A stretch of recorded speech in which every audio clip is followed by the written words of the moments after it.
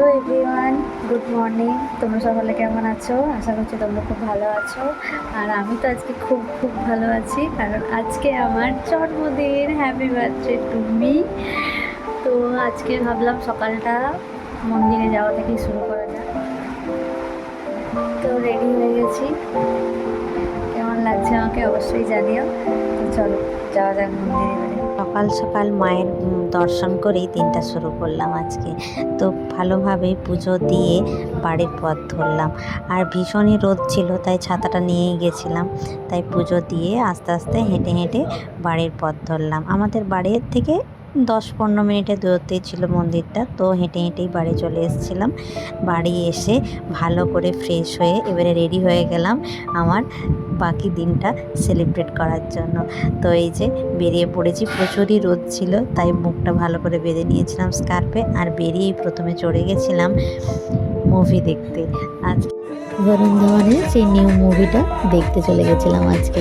তো খুবই ভালো কেটেছে দিনটা সকালে, কারণ এত সুন্দর হাসির একটা মুভি ছিল। তো তারপরে ওখান থেকে বেরিয়ে চলে যাচ্ছিলাম খেতে, কারণ প্রচণ্ড খিদে পেয়েছিল আজকে।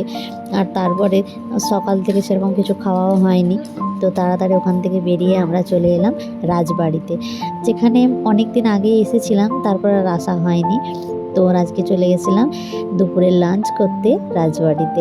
তো আজকে কি ছিল আইটেমে সেটা দেখায়, তার আগে রাজবাড়িটা দেখো, প্রচুর লোক ছিল সেদিন, কারণ দিনটা ছিল রবিবার। তো এই যে এখানে এলে এনাদের এই আতিথেয়তা, এটা খুবই ভালো লাগে। আর তার সাথে গরমে যদি হয় এই আমপোড়া শরবত, তাহলে তো আর কোনো কথাই হবে না। তো খুবই ভালো লাগছিল সেই মুহূর্তে ওই ড্রিঙ্কটা, কারণ ওটা খুবই দরকার ছিল। তারপর আমি বলেছিলাম চিকেন কবিরাজিটা, যেটা খুবই ভালো ছিল খেতে।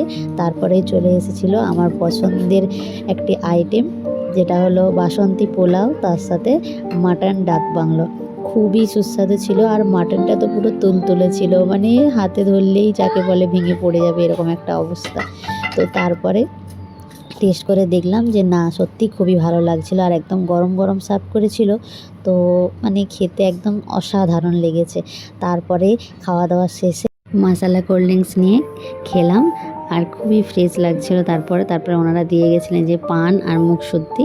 তারপরে ওখান থেকে বিল পেমেন্ট করে একটু রেস্ট নিয়ে আমরা বেরিয়ে পড়েছিলাম আজকে সন্ধ্যায় কেক কাটিংয়ের উদ্দেশ্যে, কারণ এখনও আমার কেক কাটিংই হয়নি। তো চলে গেছিলাম মেদিনীপুর শহরেরই একটু নির্জন এলাকার ফর ইউ ক্যাফেতে। খুবই সুন্দর ছিল ওই ক্যাফেটা, কিন্তু নির্জন নিরিবিলি, খুবই সুন্দর। তারপরে ওখানে গিয়ে বার্থডে সেলিব্রেশন করি, কেক কাটি। আর কেকটা তো পুরো চুমু যাকে বলে, দারুণ ছিল। আর এই ফ্লেভারটাও খুব ভালো লেগেছে। তারপর কোল্ড কফি আর চিকেন 65 অর্ডার করি, যা খেতে খুবই ভালো ছিল। তো ভিডিওটি এতটাই ভালো লাগলে অবশ্যই লাইক অ্যান্ড কমেন্ট করে জানাবেন। টাটা।